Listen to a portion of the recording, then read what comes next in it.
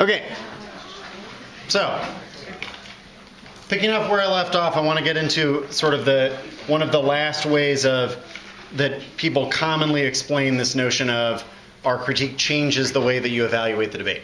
Okay, and that is this notion of a discursive or a representational critique. Okay, discursive or representational critique. And I'll ask here first, and this, for those of you who have not debated before, you don't need to feel compelled to try and answer this question. But for those of you who have had some debates, okay, which probably includes some critique debating, how many of you have heard someone use the word discourse or discursive? Raise your hand. Or representation, either way. Okay. What does that word mean? What is a discourse? Yeah. The way you talk about something, or the words you use. Okay. I want to get at, because that technically some element of that definition is true. Okay. We tend to use the word discourse to mean what gets said. Yeah. What did you have there in the back? Okay. Yeah. Do that too. What signs and signifiers we use to things in the. Okay. Yeah, it does involve the sign that we use to bring something into being. Yeah, what were you going to say? To speak about a topic, like knowingly about a topic. Yeah, okay, so these are different definitions of discourse that come from different areas. To discourse about something, that's the way that you're using that word. To discourse about something is to talk about it. I am discoursing about critiques. Okay? But when we're talking about the term discourse in this context, it has a more complex meaning. Okay, and that's what I want to get at. Okay, is that it's not just the words that you use or the way that you say something. That is part of it. The language. This is a set of arguments that claim that the language that we use is important, but it is not only about the words that we use. In fact, very often a discursive criticism starts with what gets left unsaid rather than what someone said. Okay? It gets at the implicit assumptions. Okay. So,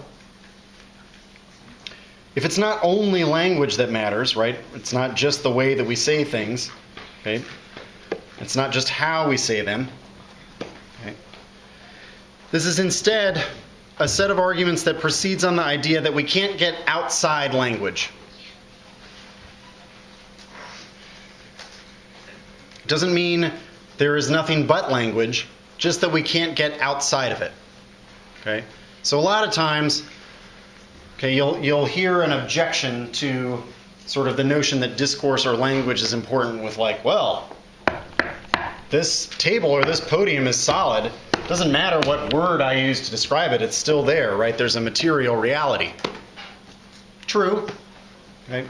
This set of arguments does not argue that there is no material reality, right? Or that it's only language.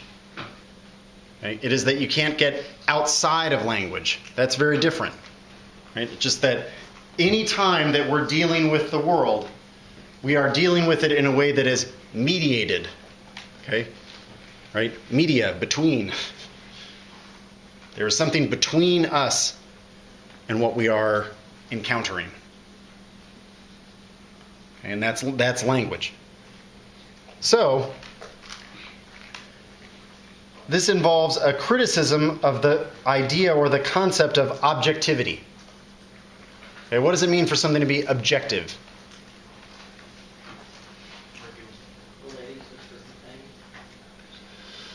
Yeah, I want to get a little bit more than that, but you're getting there. Yeah. To be like not personal, like not subject to your own personal interpretation. Right. Okay, so it's unbiased, right? We think of the personal, the subjective is another way to put it. Okay, the subjective as, that's filtered through our own thinking, our own experiences, our own, values and desires, and our own limited brain. Okay? Whereas if we're describing something objectively, right, none of that stuff is there.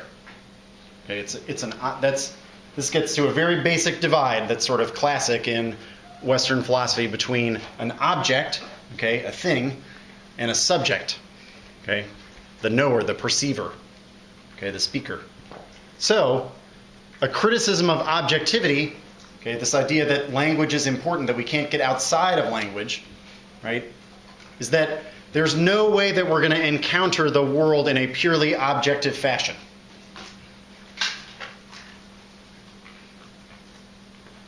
We can't get down to the place where it's just the object.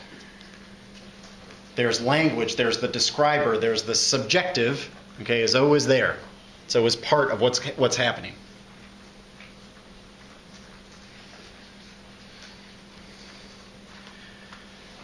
The other way of explaining this split, okay, and I'm giving you just a tiny bit of background in classical philosophy. There's a whole lot that you could read about this. But we tend to, in that same split between subject and object, okay, we tend to think of the object is what we mean when we deal with facts, okay? Whereas the subject, we deal with values, okay? That is, in the Western philosophical tradition, there is a split between fact and value. Okay? There's a set of facts on the ground, right? And then there's your interpretation of those facts, the value system that you bring to their interpretation. Okay? Meaning, also, that there is a difference between truth, right, or knowledge. Truth is the objective, right, the unbiased way of looking at something, okay, and power, right, okay, right. This is if you think of any of the ways that people usually explain the scientific method, they get down to some division between truth and power, right? Okay, Galileo versus the church, right? It's like, I have a set of scientific observations. They are true. Doesn't matter if you have all the power in the world. You could crucify me, burn me at the stake, whatever. Doesn't matter. It's still going to be true. Okay? Truth and power are separated. Subject and object separated. The set of critical theories that we're dealing with here, and once again, I'm having to kind of paraphrase and lump a lot of differences together.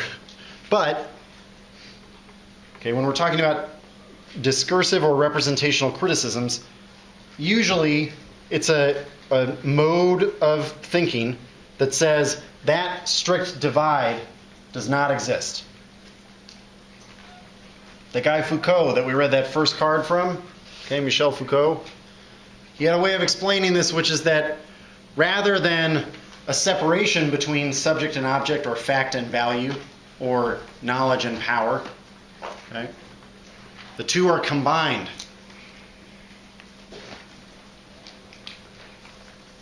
Knowledge and power are relationships that always produce each other. They are co-productive. Co with, right? Productive, producing. So they produce each other. When we produce knowledge, we are producing power relationships. When we are participants in a power relationship, that is to some extent also producing an element of knowledge. Okay. A discourse, okay, a discourse in this sense, right, is a way of arranging those power-knowledge relations, or power-knowledge relationships.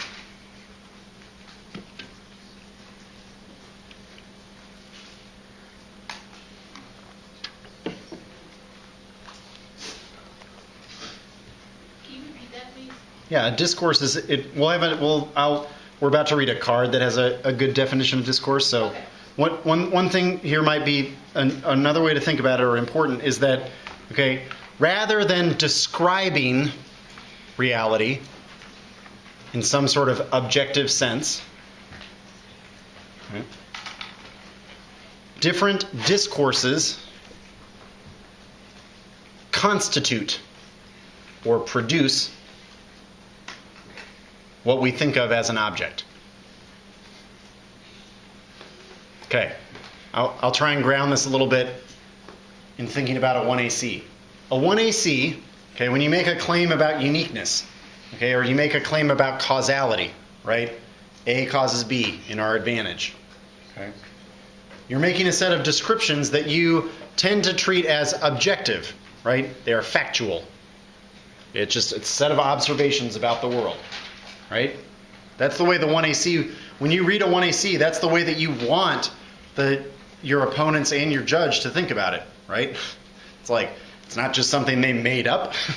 It's a set of facts about the world. They're describing the world as it is. Right? That's what uniqueness is. The uniqueness is a description or a claim to describe the state of the world. Right? This is the way the world is. This is how the world will change. Right?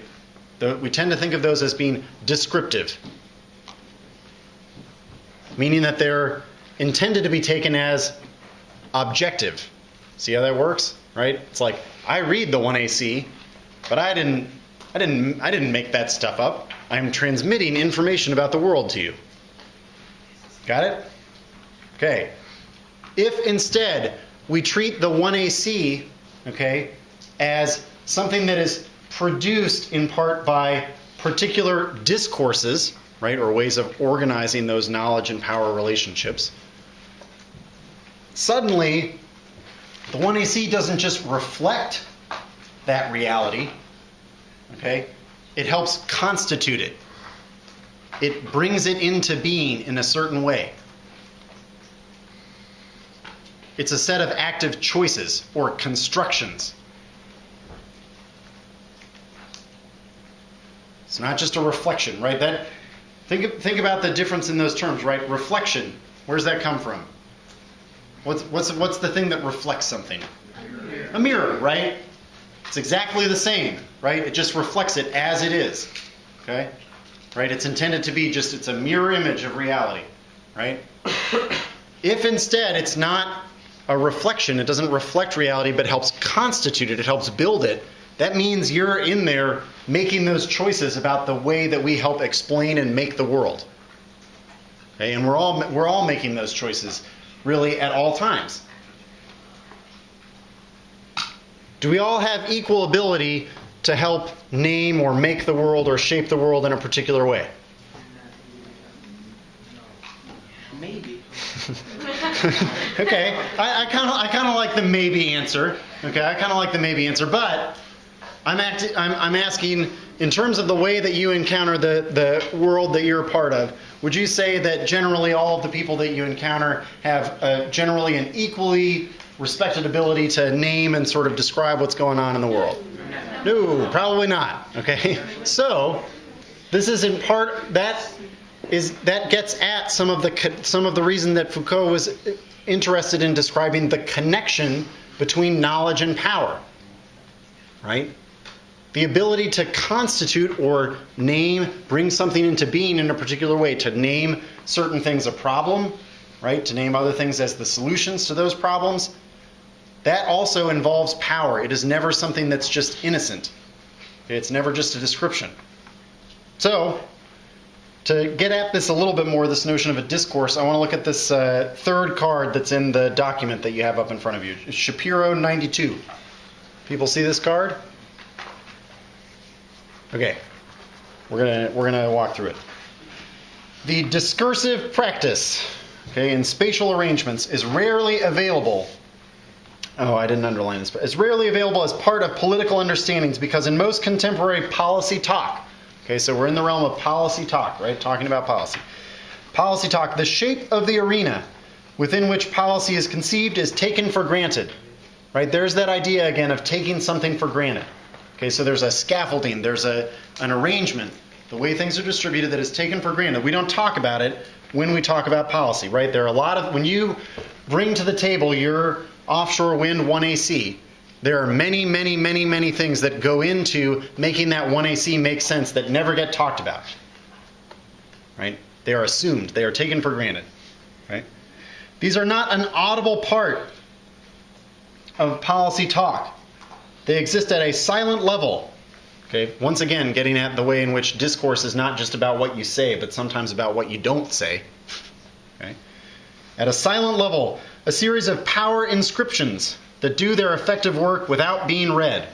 Okay, so it's not something necessarily that the 1AC has to say explicitly in order for it to matter, in order for it to be bringing to bear a certain way of looking at the world. Okay?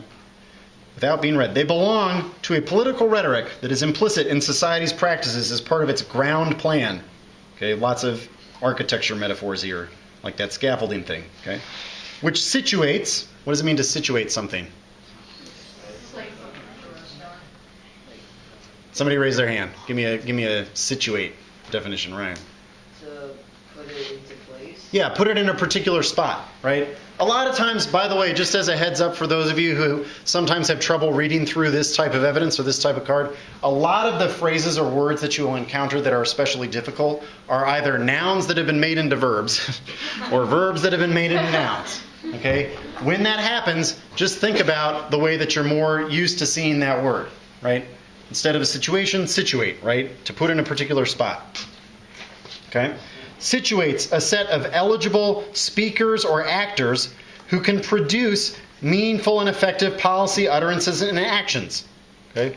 This is a sentence that says what you all already just said. That is that some people are considered eligible to produce knowledge about the world within particular discourses, and others are not. Okay? Right? It situates. A discourse situates who is eligible, who is able to produce knowledge about the world, to be credible, to be trusted. Right? Meaningful utterances and actions. So, they render coherent the discourses that bestow meaning and value on things, actions, and relationships.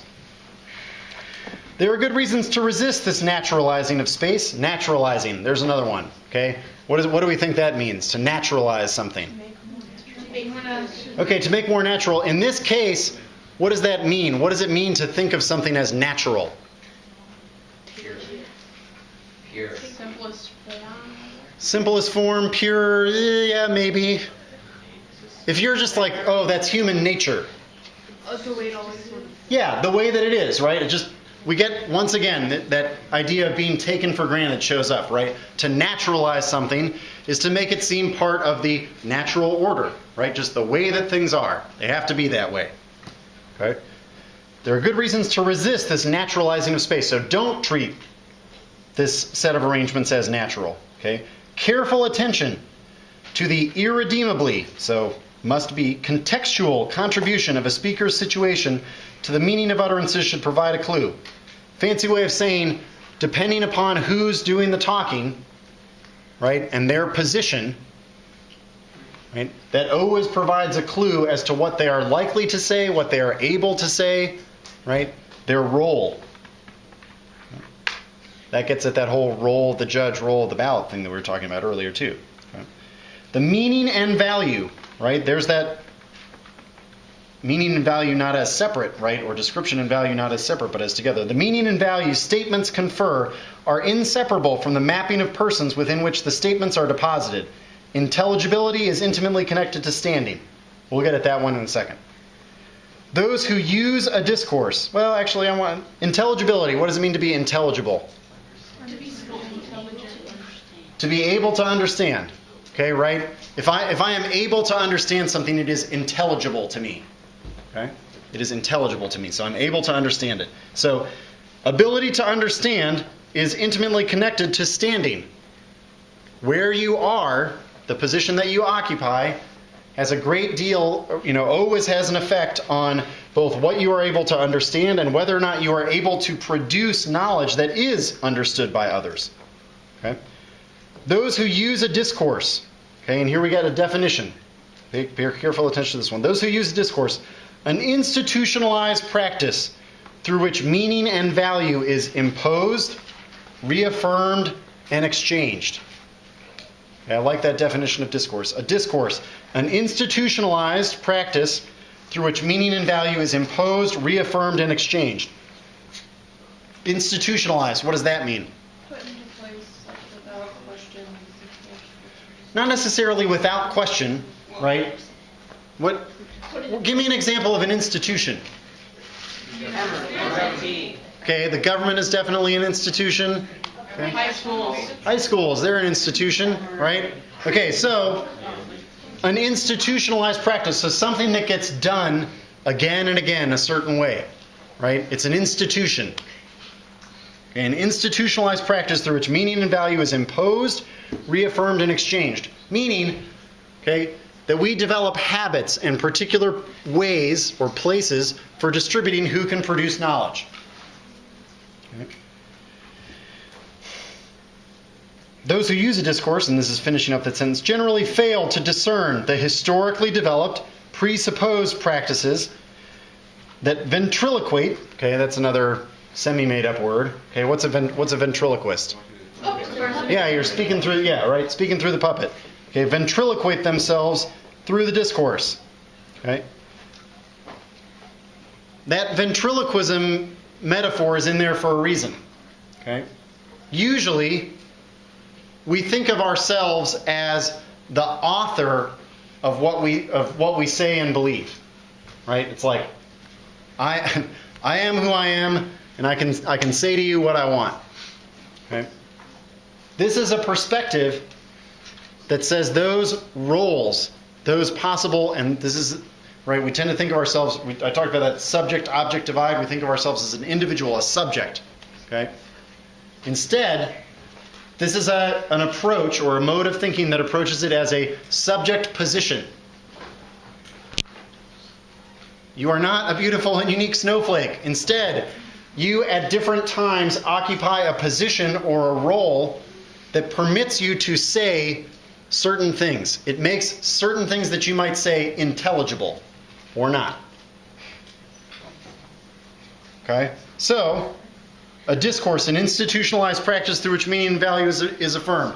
I'm going to talk through an example of an institution / a discourse that you all are more familiar with than those that surround ocean policy, so we can get around this concept a little bit. School. Okay, education. Think about education as a discourse, okay, that you've spent most of your lives in the realm of educational discourses. True? Yes. Okay. You go to school. What's your role in that discourse? Student. Right? It's a very particular role. Okay, when this fancy card talks about spatial arrangements, okay, the way that institutions arrange space, this institutional space, it's an educational space, okay, part of the discourse of education, is produced in a very particular fashion. But we don't talk about it. And most of us, because of the way in which we behave according to habit, right, we do it automatically. See how this room is arranged?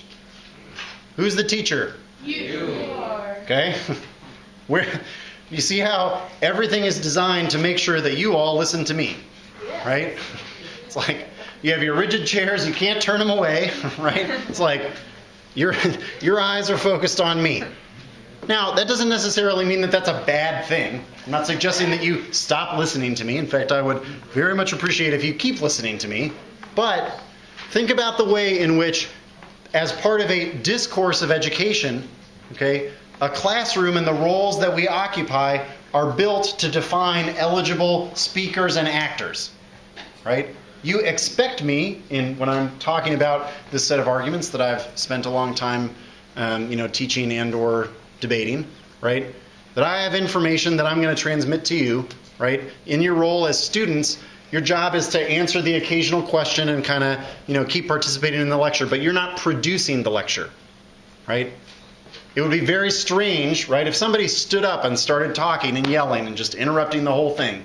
Chances are that all of us would be, it's like, what is that person doing?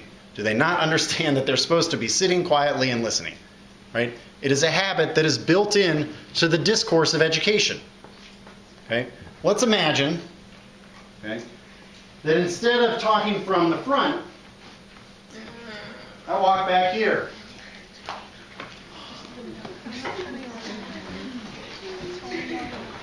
Don't turn around if you want to. I'm not turning around. Okay.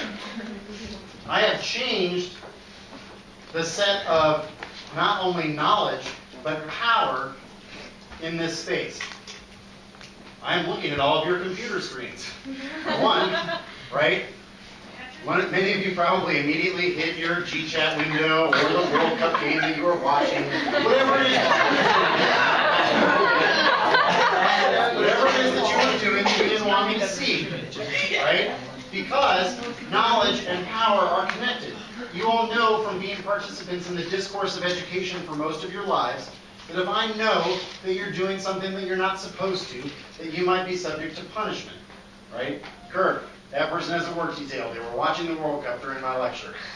Okay? See how that works? Knowledge and the power relationship, the power position that we occupy, those two things are connected.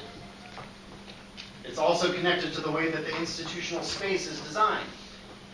Right? There are limits.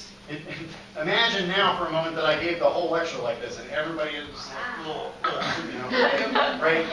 This space is designed so that it also places constraints on me, right? Despite the fact that if from the front there that I enjoy all of you facing forward to have to pay attention to me, there are also certain ways that I cannot rearrange this classroom. It is designed to be a lecture environment, right? It doesn't just put constraints on the way that the role of the student works. It also places constraints on the role of the teacher, right? Despite the fact that I occupy a position of relative power, right, that doesn't make my power absolute. I am also, okay, that idea of ventriloquism, okay, the role of teacher also helps produce what I can say and do. I may have power relative to those of you who are students in this relationship, okay? But I am not unconstrained. A discourse produces a set of roles and values, meaning, right, that gets exchanged and reaffirmed. Okay? We could organize all of our classrooms this way, basically, right? Maybe we could even set up a mirror in the front so that you would be looking straight ahead, but I would be able to look at your computer screens and you would be able to watch me at the same time. Okay? Okay? This is part of the reason I use this example. Okay, is not only that you're familiar with schools, but also one of Foucault's major books that you might have heard of before is this book called Discipline and Punish. Okay? And he discusses this idea, the concept of the panopticon. Okay, where because prisoners. Okay, there was a way of designing a prison in which the prisoners did not know whether or not they were being watched, but at all times everything that they were doing could be seen. Okay, and the idea was if you put people in this prison for long enough, it doesn't matter whether or not there's someone watching them in the tower. They will internalize the notion that they are being watched. They will discipline themselves. Okay, just by the way that you arrange the space and construct the habit. A certain set of behaviors or practices or relationships, okay, essentially becomes taken for granted or assumed. Okay? You begin to occupy that role whether you want to or not. Okay? So, when we discuss a discursive or a representational criticism, okay, that means saying a mode of thought, right? That a discourse could, in another possible definition of discourse might be something like a mode of thought or a mode of practice. Okay, because it's not just thinking. Okay. That our mode of encountering the world, of shaping the world, constituting it, right, is shaped by a number of historical discourses that we may not even be aware of how they affect our thinking. Because they are habit for us. They are taken for granted. Okay. That was why he placed so much emphasis on criticism. That notion of displacing a mode of thought, displacing an existing discourse. Okay. So, when we get at that notion of discourse or representation, that's more than just language, right? The demonstration that I just gave did not have a lot to do with words, right?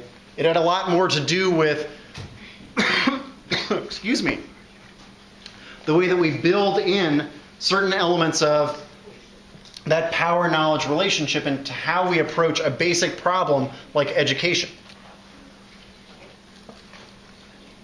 So,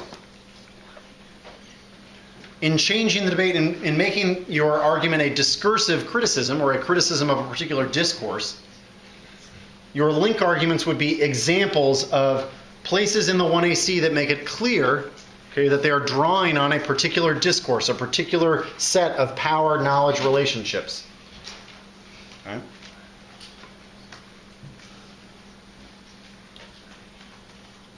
Next section, impact arguments.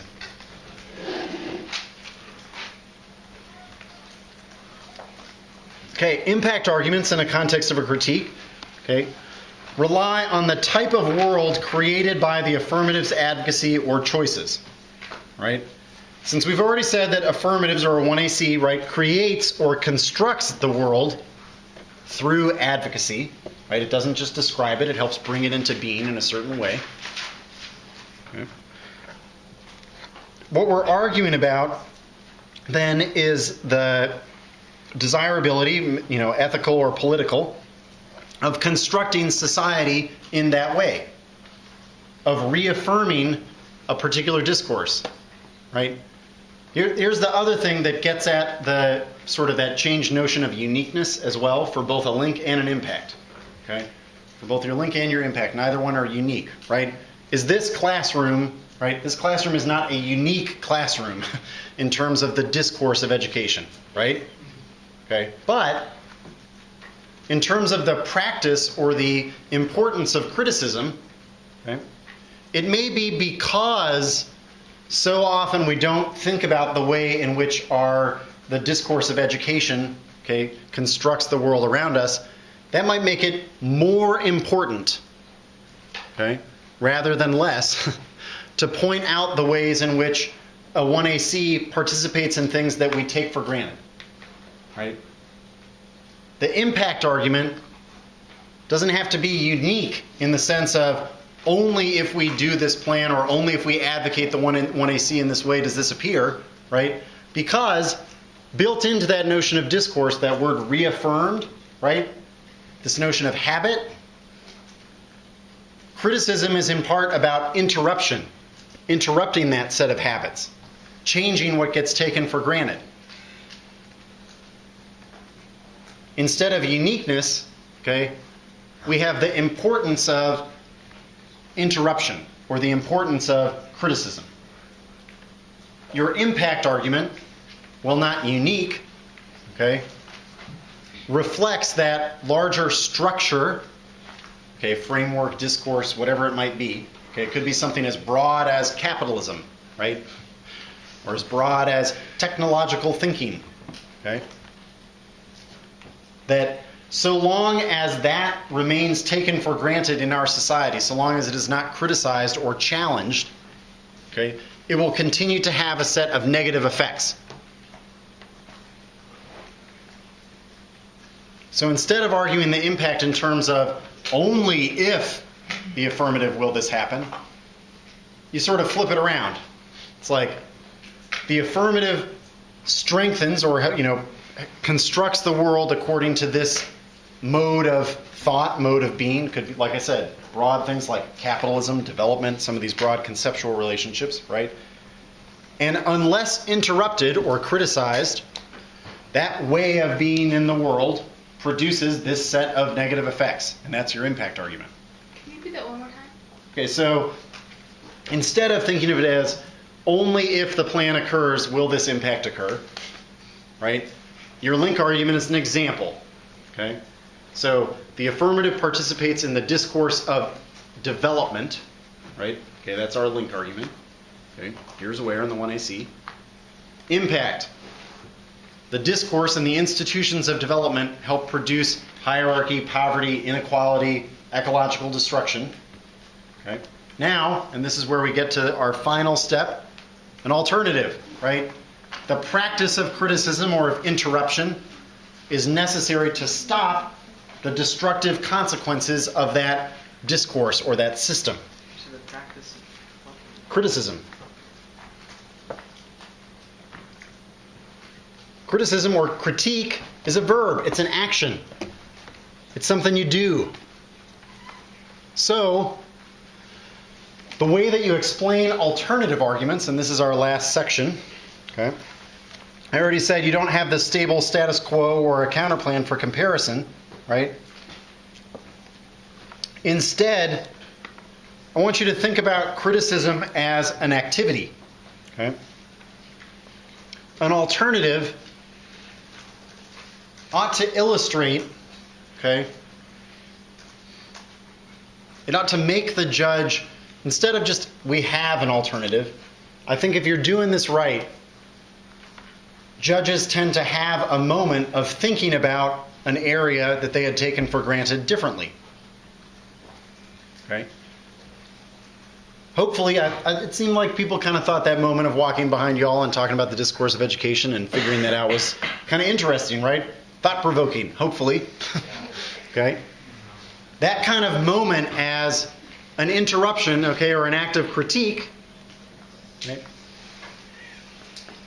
You want that kind of experience in a debate. Something that you do. You ought to be able to illustrate, okay, in uncovering this assumption that is taken for granted, here is a different way we could do it. Here's a whole different set of approaches. A different mode. Okay. In Foucault's language, or sort of the Americanized treatment of Foucault, okay, sometimes this process is referred to as problematizing. Okay, we are engaged in the act of problematizing. There's another noun that we've turned into a verb, right? Okay, problematize something. To turn it back into a problem. So instead of taking it for granted, take what is taken for granted as the problem.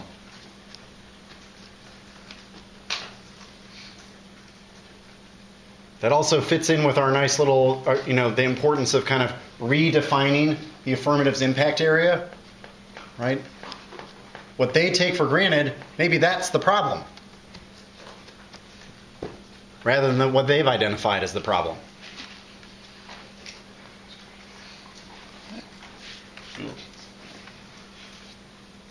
Okay.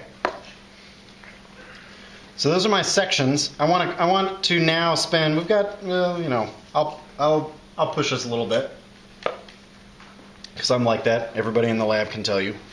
Okay. Every day.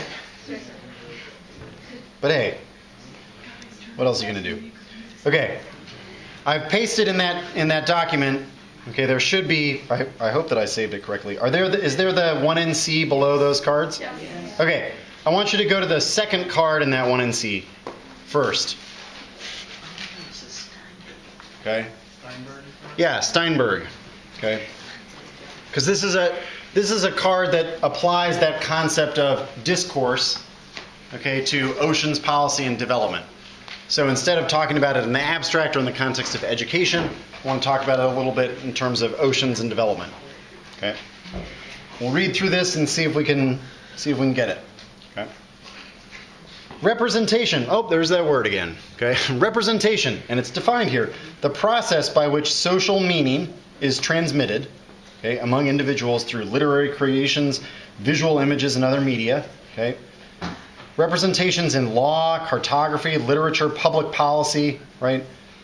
Each serves as a means by which ideas are communicated, inscribed into the assumptions that guide behaviors. Okay. The significance of representation lies in its role in the perpetuation of discourses, or frameworks that constitutes the limits within which ideas and practices are considered to be natural. That is, that set the bounds on what questions are considered relevant. Okay? So, right there, built into that evidence, okay, that notion of setting the bounds on what questions are considered relevant, right? We already have an argument, okay, contained within this evidence, that we should be able to explain to our judges that, right, the set of discourses that make the affirmative make sense set limits on how we can approach the area of ocean policy. We're going to challenge those limits. Okay, but first, let's look at what this evidence says are some of those boundaries or some of those limits. What are those discourses? Okay. Mobilized by policymakers, discourses are used to establish common sense parameters for problems and solutions. Right? So That same process that we were talking about. It establishes things as common sense, self-evident, right? Self-evident. By reproducing the hegemonic discourse, got to define that term, hegemonic. Uh-oh. Yeah. Yeah. Hegemonic is when you have like one really large country militarily, like the worst in charge of the world, and you say that that's going to make people less likely to like fight and things. Okay. You're close. You are. This is one of those times too where you got to take into account that the word hegemony or the concept of hegemonic has different definitions or slightly different definitions and applications in different areas. You just gave a really good definition of hegemony in the context of international relations. Okay, one big country, right, helps establish the order that then all of the other countries sort of work within those boundaries. Okay, but we're talking about something a little different here, a hegemonic representation. Okay, but yeah. It's almost like someone or something has like supreme power. Okay, it is dominant. I agree with you. Okay, there is an element of power. In addition to power, though, okay, and this is important. In addition to power, a relationship of hegemony implies some degree of consent. Okay. Generally, people oppose, okay, or they compare the notion of a hegemonic relationship, to one of sheer domination, okay, or oppression, right? If it's all about just, keeping you down, okay, you have no degree of consent in the relationship, that's a relationship of oppression. Okay? A hegemonic relationship is one that is maintained at least partially through consent. Okay? So, and this is why it's important for the notion of a discursive or a representational critique, right? It's something that we share in. We are also affirming, okay, or bringing to the table that set of values or that set of descriptions. Right? When we criticize the elements of the 1AC as part of a hegemonic discourse, right? It's not like, it's something that's totally separate and foreign from us. It has no connection to us whatsoever. We are participants in it, right? We help bring that to the table. Okay, it's a hegemonic relationship. So the hegemonic discourse, something that individuals do unwittingly as they act, speak, and think within existing social conventions, definitions, and categories. Individuals reproduce their own domination. Okay, there's that element of consent. It's not just something that happens to you, it's something that you participate in. Right? You all are participants in the discourse of education. Right? You might sometimes be somewhat unwilling participants. You might be resistant, right? You might get work detail. You might get in-school suspension. Who knows, right? But you are still in some way participating in that set of relationships. Okay, reproduce their own domination. The conscious creation of alternative discourses can play a central role in the imagination, promotion, and implementation of strategies for social change. Little sentence that's useful for the alternative there, right? Now we get into the description of the discourse of development. Skip to that next section because this is an important one. Right? Development, to me, is one of those key concepts in the resolutional phrasing in the area that we're using. Okay, that's going to come back again and again in the set of criticisms that you encounter this year. Okay, development, growth. Okay, making more, getting more stuff. Okay, it's connected to a pretty wide variety of criticisms. Okay, one of which is the criticism of the discourse of development. Okay. The features of this discourse. It is built around an absolute definition of progress, an assumption that the more developed can lead the less developed along this path to progress, and the belief that this progress can be achieved by applying scientific rationality to development problems. Okay. Think about it this way. This evidence, right, when it's describing the discourse of development, so that notion of an absolute definition of progress, an assumption that the more developed can lead the less development along this path, and the belief that progress is achieved by applying scientific rationality, those are features of the discourse of development. How does that relate to our link arguments? What did I say? How did I say to think about link arguments in the case of critiques? Examples.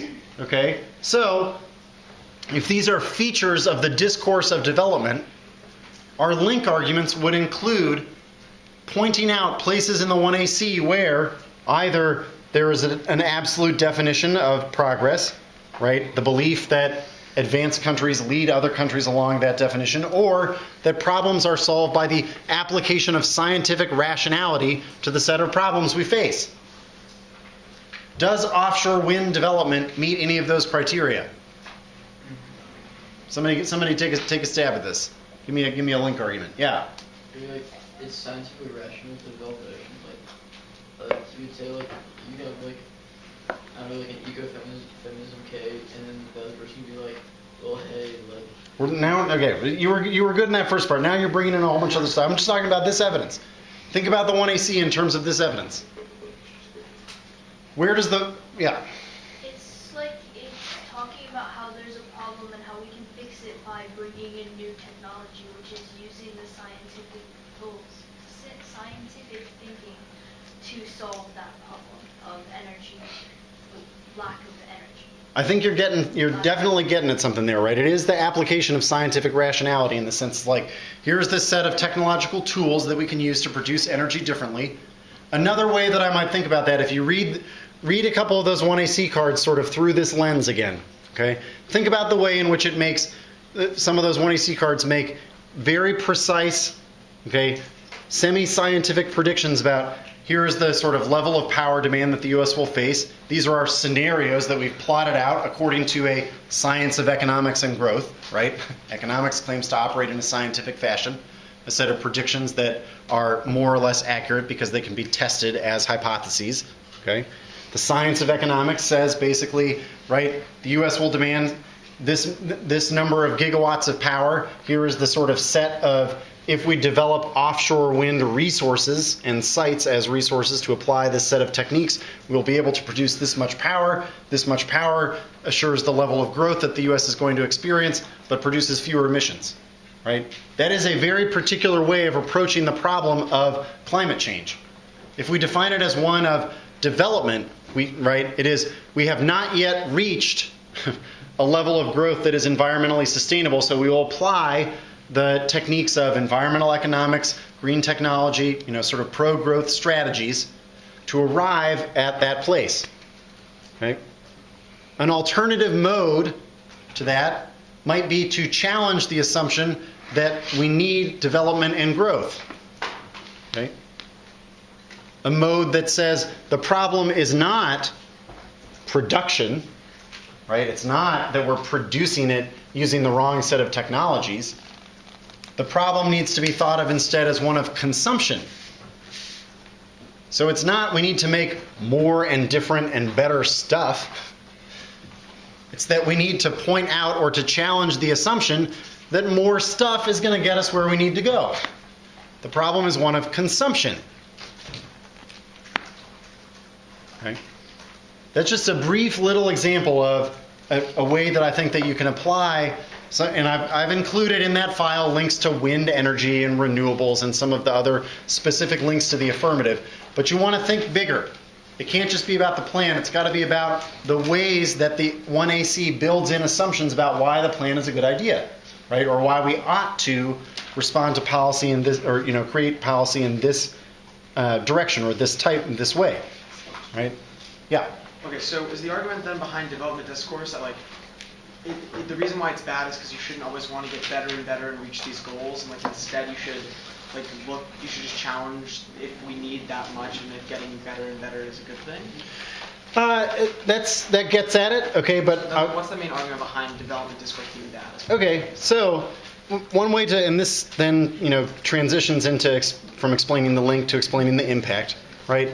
Those who criticize the discourse of development, okay, and this is later in that same evidence, or actually,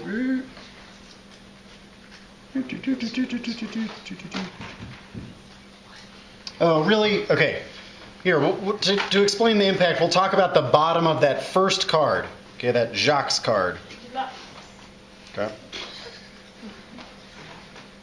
Okay. Go to the section that starts with through its global reach. Okay. Through its global reach, the North exists in the South. We're talking here about global North and global South. Okay, so like Europe, North America, global North, global South, Latin America, Africa, Southeast Asia. Okay, global South. Okay. Through its global reach, the North exists in the South, but the South only exists within itself since it has no global reach. Non-sustainable trends are embedded in inequitable power relationships. Okay, so sustainability, right, or lack of sustainability is a product of power differential, not just of the way that we grow or the technology that we use, but of power differential. Okay? That's a different way of explaining the problems of, right, how we get to something like a problem like climate change or ocean biodiversity loss, right, is power differential rather than simply misapplication of technology, right? Global material equity is necessary for curbing maldistribution and exploitation of resources. Also different explanation for the solution, right? More just distribution, it's a way of handling the problems of overdevelopment. What is the direction of ecology in this last 50 years? The promise of development has actually produced its opposite. Massive underdevelopment and impoverishment, untold exploitation and oppression. Ecology has seen a structural decline. A decline of the frame of ocean ecology. Structure is important economically and socially and implies a system where decisions are made but which do not fundamentally alter the larger design. Okay? Same thing of sort of, right, the affirmative may be a transformation of how we develop. It is not a critique of development. Right? This card also builds in that idea that I suggested of, you might want to suggest that not only does the affirmative mode or way of approaching it, okay, not only does it have parts that are unacceptable, so an external impact, it also fails on its own terms, right? This is a criticism of the way in which the promise of development, everyone will benefit from growth, has in fact produced a fundamentally unequal international society in which only the few benefit, right? It's a way of answering basically their impact turns or defenses of their impact, right? Power has come from development discourses which embody the ideals of what progress should be. Okay, skipping a tiny bit. These institutional designs are all institutional monocropping. Okay, it's just, we're going to treat every problem the same way. Monocropping just refers to growing or, growing one crop at a time. We're going to grow only coffee. We're going to grow only bananas. Okay, very vulnerable to disruption, right? Not a network. Right? Monocropping, institutional monocropping. This is a fundamental problem with neoliberalism because it creates fewer limits on exploitation of people and natural resources and places the profit motives of firms in a privileged position. Is that a part of the 1AC? Does it place the profit motive in a privileged position? Yes. Yes. How? Like saying that it benefits us in a way. Yeah, okay, it says there's a benefit. I just mean the mechanisms chosen by the 1AC. How does that place the profit motive in a privileged location? America. Because the Western world or the North is the ones that receive it, not the South. Yeah, I think that we're skipping a few steps. Yes, that is sort of one of the endpoints here is that basically, the benefits of economic growth and a sustained, development-based ideal for our economy is distributed unequally. I just mean in a more concrete sense, what are ways in which the 1AC, and once again, this doesn't have to be something the 1AC said. It could be something that's left unsaid. What are ways in which the 1AC treats the profit motive basically as a self-evident way of resolving this problem? You've talked a great deal. I'm waiting a little bit. You too. We're getting towards the end here. Bear with me for another few minutes. What's a way in which it does that? Does the 1AC talk a lot about the profit motive? I wouldn't say particularly. It says a lot. You want to take another, insert that little argument before you get to the end. What is it? I'd say that the way they look at it, they look at it in terms of figures, but they try to make an economic approach to the issue when it might not necessarily be an economic issue. Yes. Also a good part of this argument. I also just mean more simply, right, the mechanism that is used for development is one of encouraging private investment, right? All of those cards that are about how, regulatory snafus or tangles are getting in the way of people who otherwise would be developing offshore wind projects. What is the reason that they would deploy those offshore wind projects? Is it just like general social good? No, right? We're talking about energy corporations that stand to make a lot of money from producing offshore wind, farms in those locations. You see how that's something that it's not. We don't talk about that a lot in talking about the solvency of that 1AC, right? But it is built into the assumption that basically the obstacle to environmental quality is we haven't let the profit motive run free. There are regulatory obstacles. Regulations are in the way. If we clear those regulations out of the way, the sort of normal, natural, desire to make money off of producing energy will produce clean technology in those locations. Right? It's an assumption that's built into the notion that what stands in the way of environmental quality is over-regulation. There we go. So hidden, right? Implicit assumption. That's an example of you got to bring some of that stuff out if you want your link arguments to be about the parts of the affirmative that maybe they don't want to talk about too much. Right? That's part of that process of critique. Okay, so we don't have time to talk through the rest of the shell. I encourage you all to take a look at it. Use some of this general, don't pack up yet. Use some of this general template to talk about it with your lab leaders. Remember how I said don't pack up? That also includes not standing up with your backpack on. Okay. General questions or just big unanswered stuff. Okay? I can handle it efficiently, I promise. I'm great with efficiency. Yeah. Shh. Ooh, affirmative strategy. It's a whole other lecture. Okay? Whole other lecture. But, okay, something that you want to keep in mind, because I've included in our little packet affirmative answers to essentially every aspect of this 1NC argument. Okay? It's a separate file. It's a separate file labeled affirmative answers. Responding, okay, we've talked about this whole process of criticism, right? Bringing to light some of the hidden assumptions, right?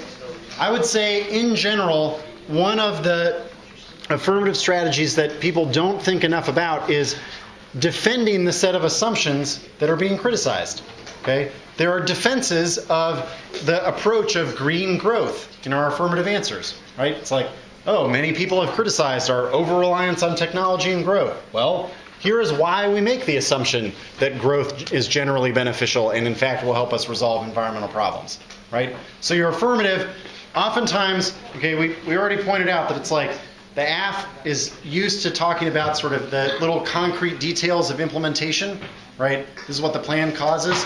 Okay, the negative attacks a larger set of assumptions or the foundations that rests on. You also then can read theoretical evidence that defends that set of assumptions. Okay? So, when challenged on those areas, you've got to bring some more theoretical evidence to the table that says that is an accurate set of assumptions to make, or it is a beneficial set of assumptions to make. Right? The world should or does work in that way. So that's sort of, I think that's the first step, I guess, towards good affirmative critique debating. One more broad general question. Yes? Alright. Are we going to have that lecture about how to answer critique? That's something that's got to be dealt with in labs. So you and many of those around you will instead have me talking about this for a lot longer. Another day. Others will too, though. Others will too. I also have... Yeah. Actually, that's more specific like that. Okay, we'll ask them in lab. Thank you all. Okay. Hopefully helpful. Get back to the dorm.